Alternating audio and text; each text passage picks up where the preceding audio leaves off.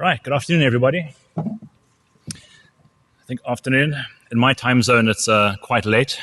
I have one watch for each time zone to try and keep track of things. But yeah, I'm very happy to be here. I've presented at a few conferences, various places all over the world, but this is my first DEF CON ever, so I'm really, really excited to be here. And yeah, really happy to have such a big turnout, so thank you everyone for coming along. And what I'll be talking about today is stuff that really excites me and stuff that I'm really passionate about. And what I hope is that you guys will see that it's cool and you guys will get excited too, and maybe we can collaborate and come up with some ideas together because, all of you guys put together are much, much smarter than me. So perhaps I can start off with some ideas and we can take it somewhere else together. So today's talk, practical aerial hacking and surveillance. And yeah, I'm Glenn. Now, this is a story of one flyaway, 2 broken rotor arms, 3 cut fingers, which have since healed, and 12,000 lines of code. I couldn't find enough iterations to go from 3 to 12,000, so I skipped a few there.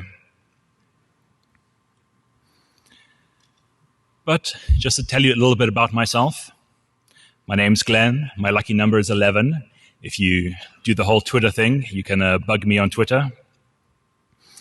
I'm originally from Zimbabwe, a small landlocked country in southern Africa. Has anyone heard of Zimbabwe? Nice. Been to Zimbabwe? Oh man, 1 guy, 2 guys. All right. Well, you're all invited. It's a lovely country. As a Rhodes Scholar, I studied at the University of Oxford, so I have my computer science master's degree from there.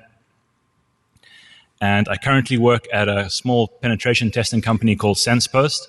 Our main office is in South Africa. I work for the London office, and I mostly do penetration testing. Recently, I've been running a small innovation center, small innovation lab, but awesome place to work. I'm really, really happy there. And part of what we do at SensePost, all our guys get 20% research time, and in that time, we get to go and play with cool stuff and get flown to conferences and have a whole lot of fun. As I mentioned, I've spoken at a few conferences before, so all over the world, from Moscow to Paris to South Africa and a whole bunch of other places. I'm occasionally on the news, but enough about me. I'd like to welcome those of you who were here last year. Very briefly, in about 10 minutes of just having a quick look, I can see about 20 or 30 of you in this room were here last year, so welcome back. I'll tell you a little bit about that later. And welcome to those of you who are traveling from quite far abroad. I see there's people here from all over the world who, although are at a security conference, are not very security conscious. But enough about that. Let's get into the actual talk. So the title of the talk is Practical Aerial Hacking and Surveillance. Now, it's a whole bunch of funny stuff right there. What do I actually mean, and what is this all about?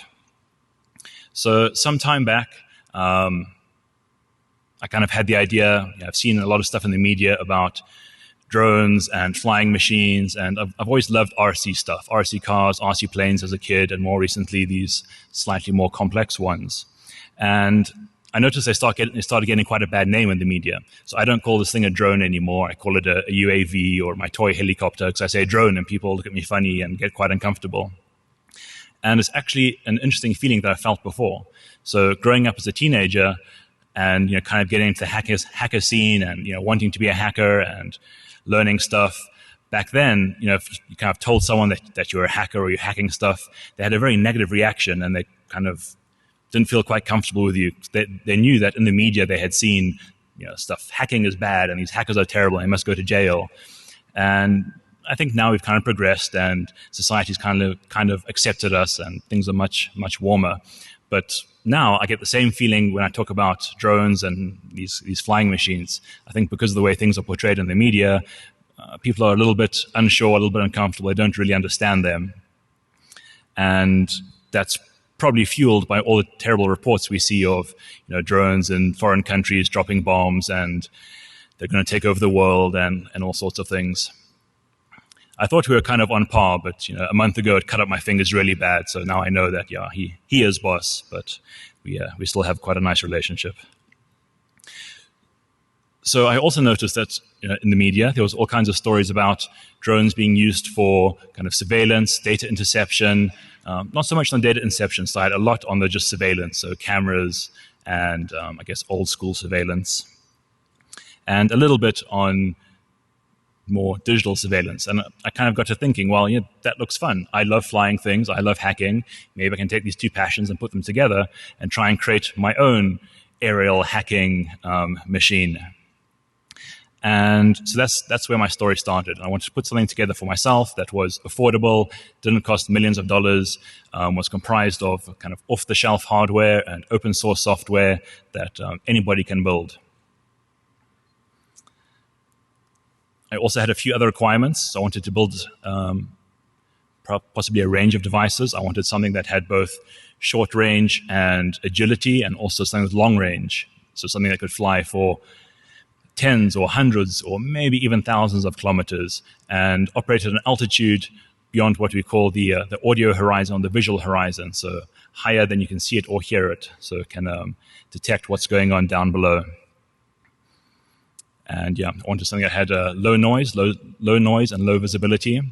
Quite often I find when I talk about this stuff, people kind of say, well, if I see it buzzing around my head, I'm going to shoot it or swat it or something.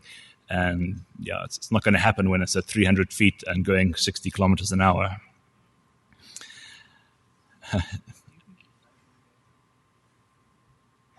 Sorry. So I talk a lot, and the slides, that's still the right slide, don't worry. I don't like having lots of text. It distracts you guys. You don't pay attention. I like to tell stories, so watch me. Don't worry about that. I also wanted to have a range of sensors. So both kind of standard sensors like video and telemetry, which is fairly standard for these flying machines, but then also couple that with a degree of stuff that I'm good at, so hacking and data interception and those kinds of things. I also wanted to have a degree of autonomous flight.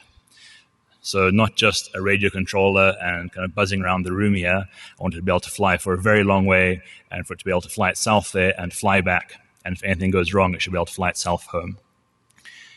So those are the ideas that I kind of put together.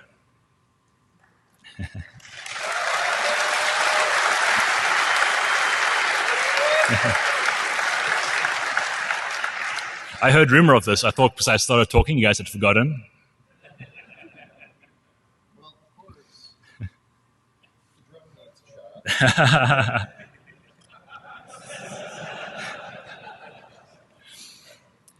At the London hack space where I fly a lot, we have an expression: "Don't drink and drone."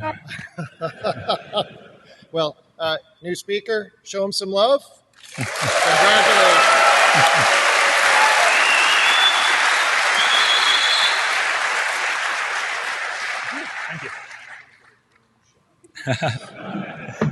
He's watching you too.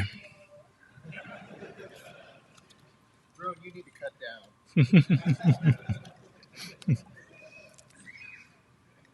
Thank you. You're welcome, as you were. Thank you. So, now that my mind is clear, so the idea was, I saw a lot of this drone activity in the media. I liked building drones and flying drones, and I thought, hey, can I make my own surveillance drones? And I've built one, and I'd like to tell you a story about how I built it. So some of the reports that I said I've seen in the media, if you just search for drone and data interception or something like that, you just get lots and lots of results. There's a few here.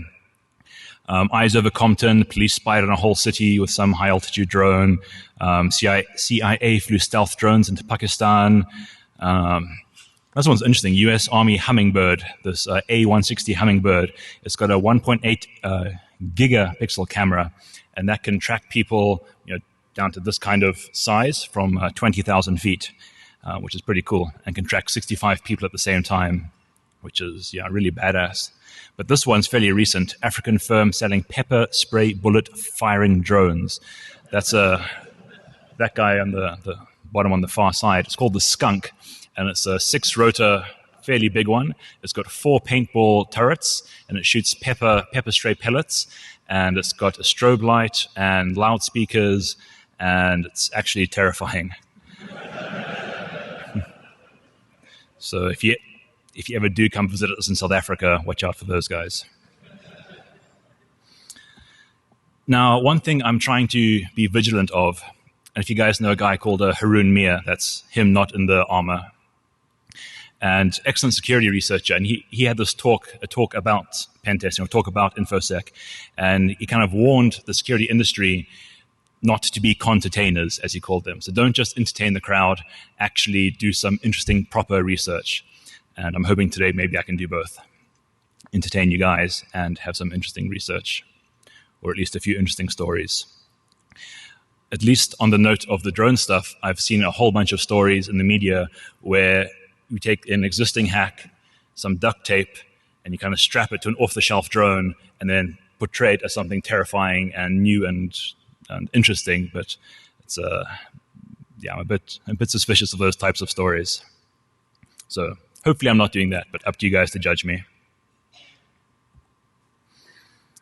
Okay, so an overview of my aerial hacking and surveilling unit. So there are 4 considerations that I went through when building this thing.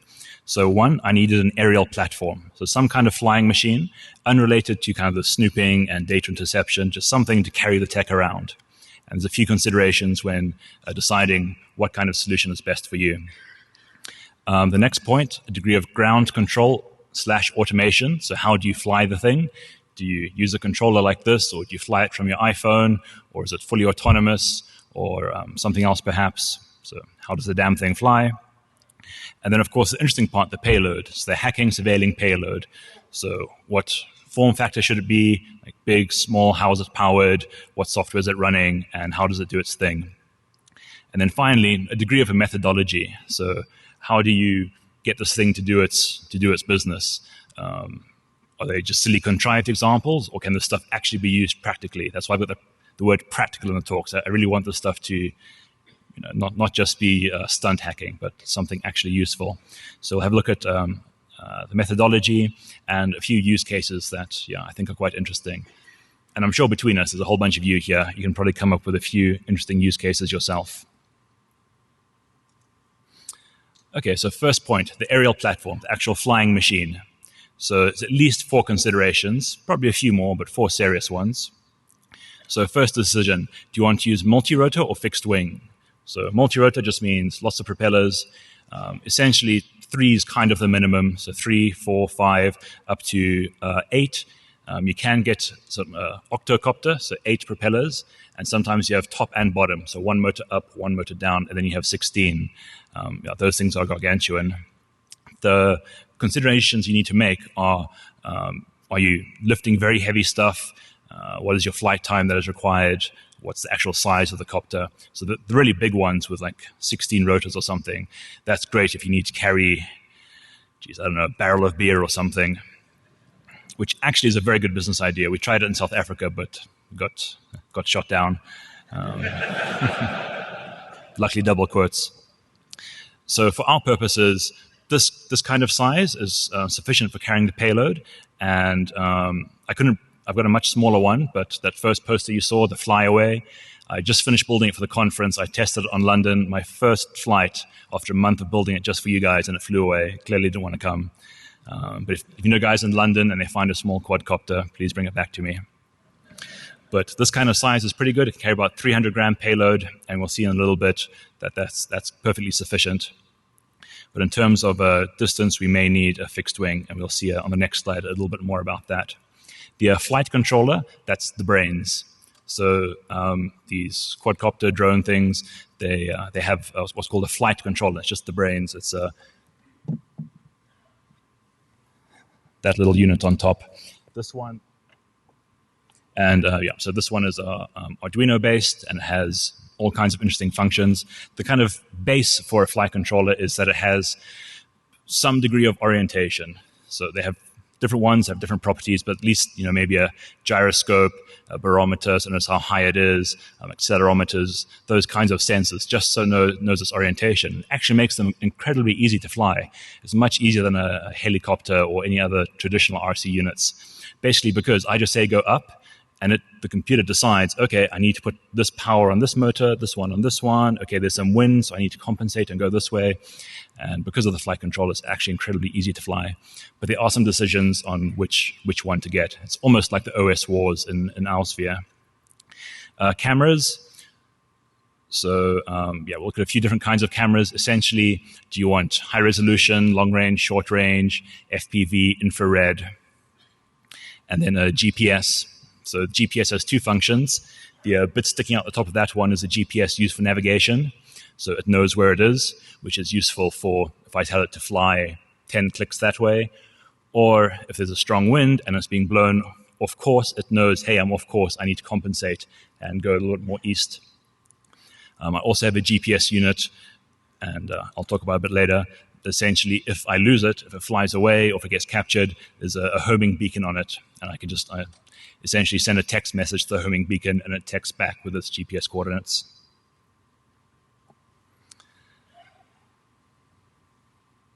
So in this picture here, winged versus multi-rotor, I have an example of a winged unit on the side here.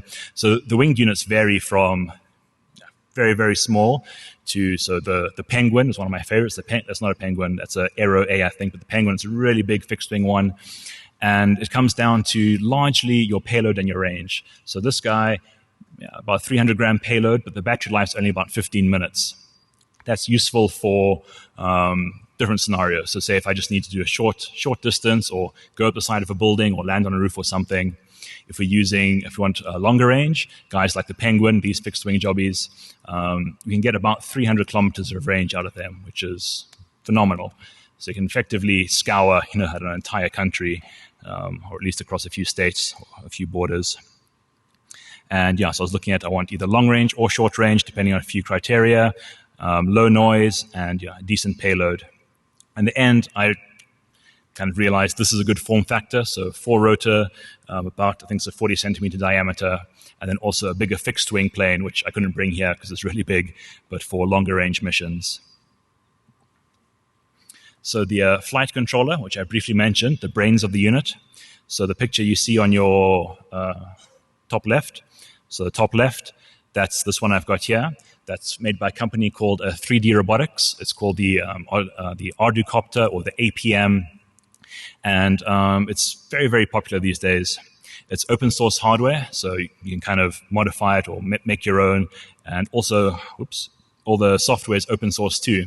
So you can go and download the source code. And if you wanted to modify it, an important lesson I've learned, I'm not a very good programmer. And, if I write software on my laptop, let's just try it and see if it works. Oh, it crashes. Never mind. Let's try again. You can't take those risks with flying machines because you can't just do some debugging at 300 feet and see if it falls out the sky, because that's that's not a very clever approach. So the guy up on this side is, I can't see my mouse pointer. On the left is the APM from 3D Robotics, open source. The one in the middle here is an Open Pilot, which is a very, very popular project. And I think it's also open source. And you can put the Open Pilot software on other flight controllers too. The green one is the KK board. It's a little bit big, I think. Very, very popular. My favorite at the moment is the red one. So the red one's called a NAZE32, N-A-Z-E-32. And it's an amazing project. It's a one-man job. It's this guy called Timecop. And it's just one man who designed the board, built it, and he solders each one by himself and kind of ships them. So it's a little bit hard to get a hold of them. And I think, this one's closed source at the moment. The red one at the bottom is, I suspect one you guys may have heard of. It's called the NASA by a company called DJI. Now, you guys probably know the Phantom. The Phantom's the one you always see in the news. It's the white quadcopter with the kind of red stripes on its arms. It's kind of buy it, ready to fly. And that's the flight controller that they use. Closed source, proprietary, kind of the windows of this group of things here with other guys, or maybe more Linux or BSD. And you have the exact same wars as you do with the OS wars. So you have people who pick one of them and back them completely ignorantly, saying, no, this one's the best. You guys don't know what you're talking about. There are some issues with the open source ones, in that they do seem to be fairly immature, and they push features a bit more than reliable code. And you have this thing called a flyaway, and there's the flyawayclub.com or the Twitter handle flyaway. And it's basically when one of these boards locks up, and typically just the last pattern it had, so go left, it'll just go left forever, which is horrible, as I know first experience now. Has anyone ever had to fly away? Oh, that's terrible. I'm sorry, guys. I feel your pain. Geez, at least 5 in the audience. That's horrible. Anyway, go to flyawayclub.com and register it. And we have monthly meetings and talk about our feelings about our drones that left us. Okay, so choosing the right flight controller is quite important. Another nice aspect of, say, the APM here is you can interface with it. So because it's based on Arduino, it's got a set of GPIO pins, so you can like build your own hardware that interfaces with it, which is very useful for our type of scenario here. And we'll see why in a little bit. Cameras, another very important consideration. So my guy over here, he's got a GoPro camera mounted underneath for high-definition recording, and then a small black Sony camera, the one you see on the screen here, for what we call a first-person view.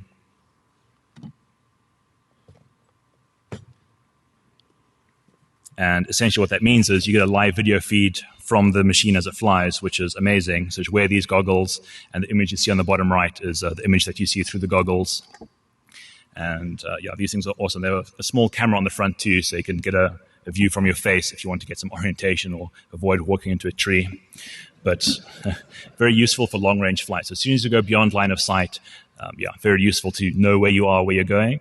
Also, as you can see, it's got an on-screen display. So you've got your compass heading, your altitude, your airspeed, a pointer pointing towards home if you get lost. So yeah, very, very useful feature. Slightly more advanced cameras, so these two ones here, the golden eye, the red one, slightly more sophisticated camera. For this one, it wouldn't fit on this unit. This goes on the fixed wing, the big one. Now this gives you much better resolution from a higher altitude. So this camera you would use for kind of 300-meter altitude to be able to see kind of things this big on the floor. Bit expensive, very nice piece of kit. The one next to it is an infrared camera. So depending on the images you want to create, if you can have, if you're flying at night, I guess, so you have a nice detailed camera, an infrared camera, can combine those things together to, get a nice lock on your target. GPS, so as I mentioned, the thing on the flag at the top, that's a GPS used for flight. So the device knows where it is, and it's actually, I just push up and it goes up. You can have a hurricane blowing, and it'll just keep itself in that position because it keeps a lock on the GPS, and the flight controller adjusts the motors to make sure it stays on the exact target. But you also use the GPS for setting flight paths, waypoints. And we'll see some waypoint software in a minute. But essentially, you can set a series of waypoints. The other GPS device on the left, so that's called a MyLi-Fi. Fly it, lose it, find it, and it's just a kind of self-enclosed GPS device with a SIM card. And if I lose the thing, if it flies away, you just interact with that device, and it'll send you the GPS coordinates. When I lost mine, I did have this device, but it was in my pocket, which wasn't very useful. Hindsight is a cruel, cruel thing. Some other considerations, so the battery, the one I'm running here, it's 5,000 milliamp hours. It's basically a recipe of power versus weight. So you get a bigger battery, it's heavier, it needs more power to lift it. There are some very clever maths that you can do, and there's some websites that will do the maths for you, and you kind of put in your motor specs, your props, and the battery, and it'll calculate the optimal battery to have. Essentially, they're not great. So this is about 15 minutes of flight time. If I spent a lot of money, I could get a battery that would maybe get me 45 minutes, but still the multi-rotors are fairly low-ish flight time compared to the fixed wings. The fixed wings, a few hours of flight time. The ESCs, those are electronic speed controllers. Those just control the motors. And then actual motors and propellers. You look at the metrics, like essentially kind of how fast they spin, and the metric is how much torque, how much lift, like what's the payload it can lift. Do you want to lift heavy stuff, or do you want to go quickly? So here's a diagram illustrating kind of the form factor practicality. So the one on the bottom left, that's the Phantom, which most enthusiasts have and the media are terrified of, and they think they're very fancy, but those are really toys. It's a very low barrier to entry, and for our purposes, not that practical. You can't fly beyond line of sight too easily. not much payload. The cameras aren't so fancy. It's closed source flight controllers. They can't expand on it too much. The one over here, it's not a specific model, but it's the idea of the APMs and the open pilots and custom frames and custom props and the ability to kind of expand and add to it. And then a small fixed wing, so kind of a foam fixed wing one here, a little bit longer range, maybe a bit more payload. And then the Penguin up here, which is quite a big craft, and nice payload, long range, really good for surveillance. Some other considerations, so ground control, automation, so how do you fly the thing? So the radio here, with this big antenna, which makes TSA feel very uncomfortable. Note to self, take it off next time. So this is a fairly standard radio. I've upgraded it with this big transmitter. So it's a 1 watt transmitter. So it's got about 6 kilometers range. Depending which country you're in, it might be illegal, so you can scale it down to 100 milliwatts. That's kind of for flying, mostly within, either with the goggles out of range or essentially within around 6 kilometers range. The device at the top, so that's some automated flight software.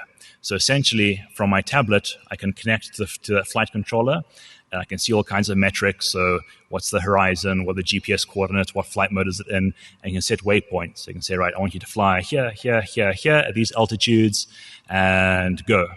And it'll just fly itself. It can go far out of range from your controller, it doesn't matter. And so that's very useful for our purposes. The most interesting is devices like the ones on the bottom left there. So that's a very new product over here from a company called Drone Deploy. And essentially what they've created is this thing called a co-pilot. And remember I mentioned these APM devices have the ability to plug in kind of external hardware to control it and to interface with it. So they've built this device here. And this co-pilot plugs into the flight controller. It's got a SIM card, and it's got outbound data connection to essentially a cloud service. So you log on to the Drone Deploy, your Drone Deploy account, and you can see all of your drones on the web page wherever in the world they are, because the co-pilot has a SIM card, it has LTE data, and essentially you can control a fleet of these things from this lovely web interface, a nice layer of abstraction from the actual device. And that's actually really useful for us when you want to be kind of identifying individuals, tracking individuals for long periods of time, far beyond line of sight. Here's just an example of Q ground control, which is an open source bit of software. So they've got a few packages you can download, but it's open source, so you can build your own Q ground control software to control these devices. And you can see here I've set up a flight plan to fly around the city here. Of course I didn't, because it's illegal to fly over any kind of private property or people without consent. And so this is Drone Deploy, the website I just mentioned. Definitely check these guys out. They're working on some very cool tech, and the ability to control lots and lots and lots of these drones from a web interface, kind of in the cloud, from your phone. Very, very powerful. Okay, so we have the flying machine. We have the ability for it to fly, either controlling it or completely autonomous, long range. And we also have that kind of Drone Deploy bit of kit that it can tell the drone where to fly based on some other information. So that's where the payload comes in. So the payload is the actual hacking kit on the machine. And the hacking kit will do the surveilling and the detection of people and breaking into whatever infrastructure. And it can also feed information to the flight controller and say, hey, I detect quite a strong signal in that direction. Let's fly that way and drop water balloons on that target over there. And as you can probably guess, or you may have seen me speak before, so I've developed some software called Snoopy. That's why Snoopy's flying the plane there. And so Snoopy is some software I've been developing for the last couple of years. It's all open source. You can see it on GitHub there. To describe it in kind of a sentence, Snoopy is a distributed tracking, profiling, and data interception framework. It runs on anything that runs Linux. So, for example, I've got a BeagleBone here, or a Raspberry Pi, or something like that. Also, I've got an N900 cell phone, which runs Linux, amazing phones. And essentially, what it does, you have kind of an array of these sensors, and you can scatter them over some large area, attach some to drones, some on the ground, and they have a series of plugins that collect various bits of data and send that data to a central server. Now, what kind of data? So given that we're interested in surveillance and hacking, the kind of stuff that I mess with, this thing's got a Wi-Fi adapter. So all of you guys have left your Wi-Fi on, which is most of you it seems. You may or may not know, if you've left your Wi-Fi on, even if you're not using it, your phone is constantly sending out these things called probe requests, which basically are it looking for every network you've ever connected to. So you're sitting in the audience, but your phone is looking for your home network, back in South Africa. And included in that is your MAC address, so I can uniquely identify all you guys. And from the names of your networks, I can figure out stuff about you. So if your phone is looking for Bank of America corporate Wi-Fi, you probably work for Bank of America. But possibly of more interest, there's an amazing website called wiggle.net, W-I-G-L-E, and it's a crowdsourced war driving database. It spawned from DEF CON about 12 years ago. I'm not sure if any of the guys are here, but I'd love to meet them, buy them a beer, and you guys should go and contribute to their project. But essentially it allows you to convert a network name like Verizon 12345 to GPS coordinates. So that's what I do with Snoopy. You guys left your phones on, identify in the audience, I figure out what networks you're looking for, and I can figure out where you live, where you work, where you travel. And that's why I built the map at the beginning. Snoopy is modular, which means you can add your own code and your own devices to it. At the moment, I have support for Wi-Fi, Bluetooth, working on GSM and iBeacon. But essentially, what Snoopy looks for and the way we're going to track people and surveil people is based on what we've kind of coined at SensePost, the digital terrestrial footprint. And each person carries a bunch of devices on them. So you've got your smartphone, you've got your fitness bracelet, your Google goggles, your pacemaker with Wi-Fi. Who thought of that idea? Your NFC bank cards and your RFID tags and your passport. I think in the States, even your ID cards have RFID. So essentially, you all carry this tech on you. And if they emit any kind of wireless signals, that's the stuff I'm interested in. I want to detect that stuff. And some of it is super easy and obvious, like Wi-Fi is unencrypted, it's verbose. Other stuff is a little bit harder, so anything cellular, GSM, a little bit tricky, but there is some stuff pre-authentication, like the TIMSI, a temporal key to uniquely identify you. Then things like Bluetooth, not too hard to detect, and also NFC, RFID. You need to be in fairly close range, so from a flying unit, not so useful, but you, of course, supplement the flying unit with ground-based units. So the RFID and NFC type detectors you'd have in a corridor maybe, and the Wi-Fi you'd have from the flying vehicle. 200 feet, you can't hear it or see it, but it can hear you and see you. And yep, as I mentioned, Snoopy is a distributed framework. So you can have lots and lots of different Snoopy devices, and they all synchronize their data and send it back to one server for exploration. So you can have your 5 flying units in the field. You can have the N900 in a few agents' pockets or something, and a whole bunch deployed in train stations and shops. And as you guys walk around, emitting your digital terrestrial footprint, we can just suck that stuff up and synchronize it and watch you as you move around. Now, what's interesting is even if your devices are individually non-identifiable because of crypto or whatever, sometimes just based on the collection of those devices. So you might have a unique collection of signatures, even though you can't individually identify them. So kind of a cloud of devices that we can use to uniquely identify you. This is what Snoopy looks like. So just running it on a Linux box here. And when it runs, you can specify the iFlag, get all the plugins. So you've got interesting stuff, so like Bluetooth, Wi-Fi. On the Wi-Fi side, we do cool stuff like, so have you guys ever heard of Fire Sheep? Yeah, Fire Sheep. So that's kind of defunct. So I built Fire Lamb, which is its little brother. And essentially, with the Wi-Fi plugin, it also sniffs any network traffic for cookies and passwords and that kind of thing. I also grabbed WPA handshakes for later offline cracking. Some data synchronization between servers, rogue access points. So your phone's looking for Starbucks. My device will respond and say, hey, I'm Starbucks. You'll connect, and you'll happily browse your Facebook, and I'll steal all your data. What else have we got? Wi-Fi, sysinfo, man-in-the-middle stuff. Wiggle, so that website I mentioned. So the Wiggle plugin will look at the networks you're looking for and turn them into GPS coordinates and then into Google Street View photographs.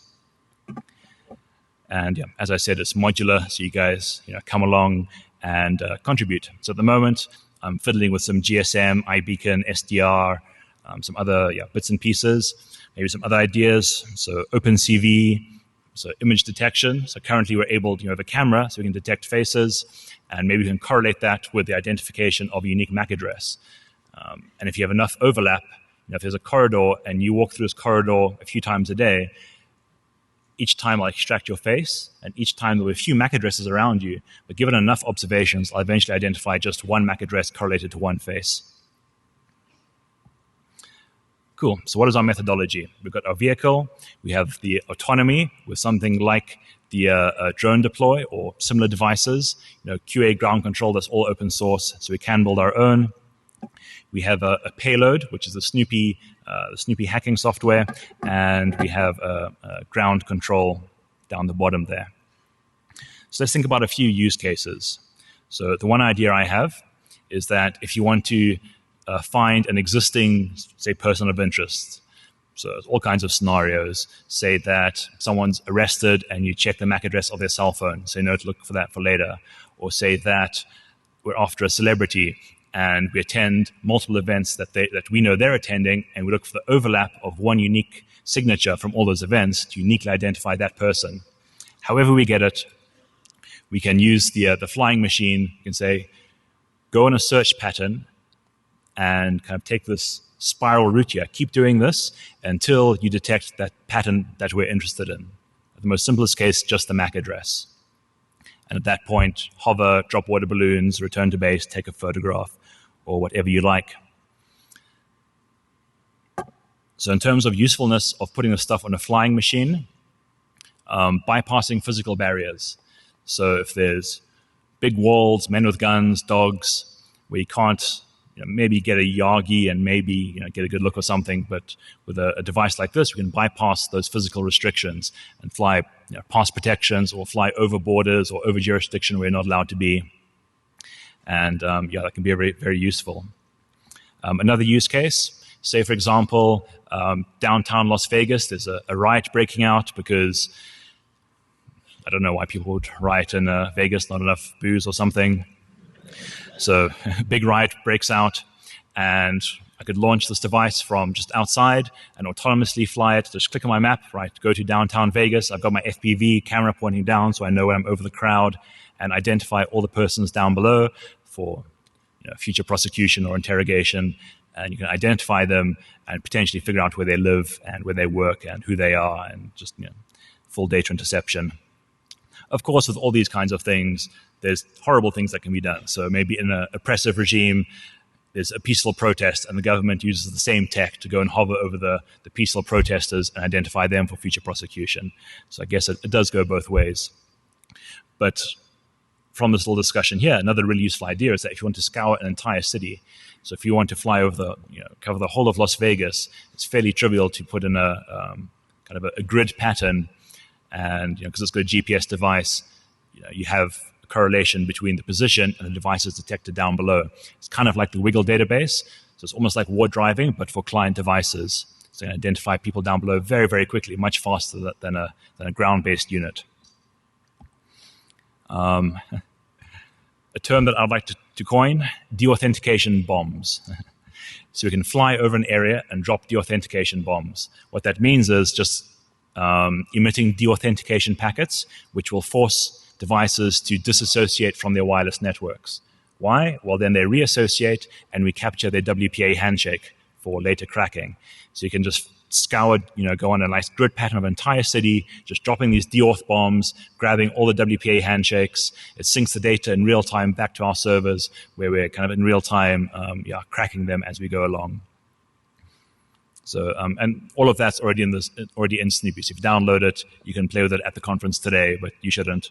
But it's it's there.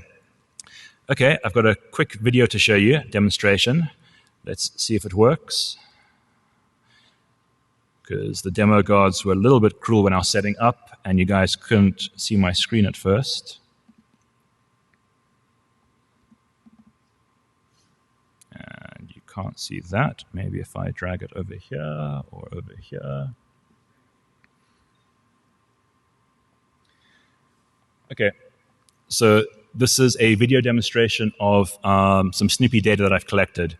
And this is the interface that you browse from data collected from the drone and from ground-based units. It's called Multigo, and it's just a visualization tool to explore the data.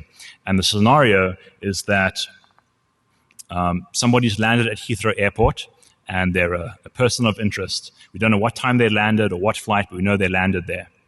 We have a Snoopy device at Heathrow. We also have Snoopy devices at a whole bunch of local airports, coffee shops, and we have the aerial units flying over local parks. So it's a London example, Hyde Park. And I'm going to run a machine, which is a series of transforms, which will look at all those, I guess, about 10 drones there in the field running now, and it looks for one device that is at Heathrow, at one of those hotels, and has been observed in one of the parks, and it identifies just one device there. And that's, sorry, it's not full screen, I realize, and it identifies this one device, Marsha's iPhone. We identified the name of the phone by passively intercepting her communication. She was on an open network, passive, so very passively. She had no idea we intercepted her data, but from DHCP leases and other bits of information, we identified the name of her phone, which turns out to be her name. We see her phone is probing for those 7 networks there. We geolocate those networks through the Wiggle database, and we notice that that BT Home Hub network she's looking for there geolocates just one address, so we have a very good chance that we know where she lives now. And there's a Google Street View photograph of her house. And what we can also do, let's just get rid of those. And what we're going to do, now I'm going to look, are there any other devices, any other people looking for any of the networks that Masha is looking for? Because that would reveal people she's traveling with, so friends or family or colleagues or something. And we notice a whole bunch of other people looking for the same network, that same network she's been looking for. If it's stuff like Starbucks, it's not so interesting. If it's stuff like a BT Home Hub there, that's probably either a second device of hers or her partner or somebody.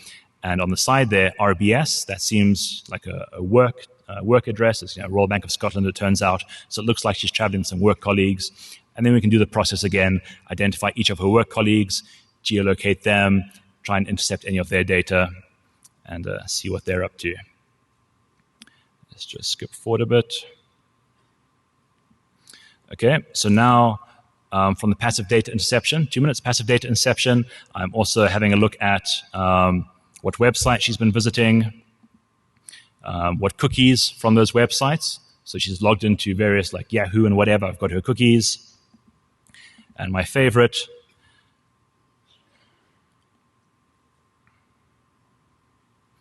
fetch SSL. So I was running SSL strip, all pretty in the background, and there's SSL strip data. Essentially, SSL strip is a way to trick your browser into not using SSL, and I've extracted passwords there for a bunch of websites that she was using. Now, a lot of this stuff isn't new.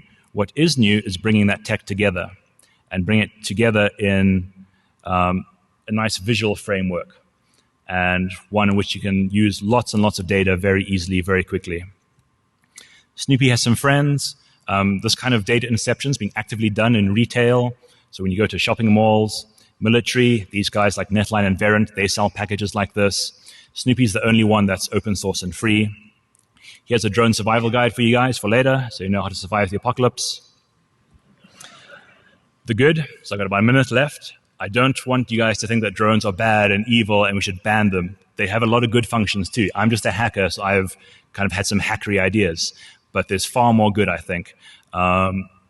The life rings there, that's a drone, I think somewhere in the Middle East. Essentially, if someone's drowning, it flies out and drops them. Agriculture, inspecting pipelines, providing internet. Very briefly, site launch. So we're starting a commercial service around this. If you guys are interested, there'll be a free option as well. It's called Shadow Darkly. Watch our blog for the site launch. Essentially, you can build your own drone or buy one from us, or just the sensor, rather just the sensor device, and it'll synchronize data to our servers, allow you to explore it in the web interface. It's a free option or a paid-for option. It's the first time I've ever tried to commercialize something, so I'm hoping it kind of goes well. I'm going to give away one Snoopy sensor to a lucky audience member. I want you, there's so many of you, it's a bit hard to run a competition. I want you guys to tweet this hashtag, and I'll write a program to automatically pick one at random this evening. And yeah, whoever it picks, I will post a Snoopy sensor device. So sensor device like this, set up, ready to go, so you can surveil, track, intercept, and all of that. Here's a paper I've written, Digital Terrestrial Tracking, the Future of Surveillance. I think it should be on your CDs, your conference CDs, and this evening I'll put it on the SensePost blog too. Final point, my colleagues are giving a talk tomorrow at 4 p.m. entitled Mana from Heaven, and they're looking at improving rogue AP attacks. And that's all. Thank you very much.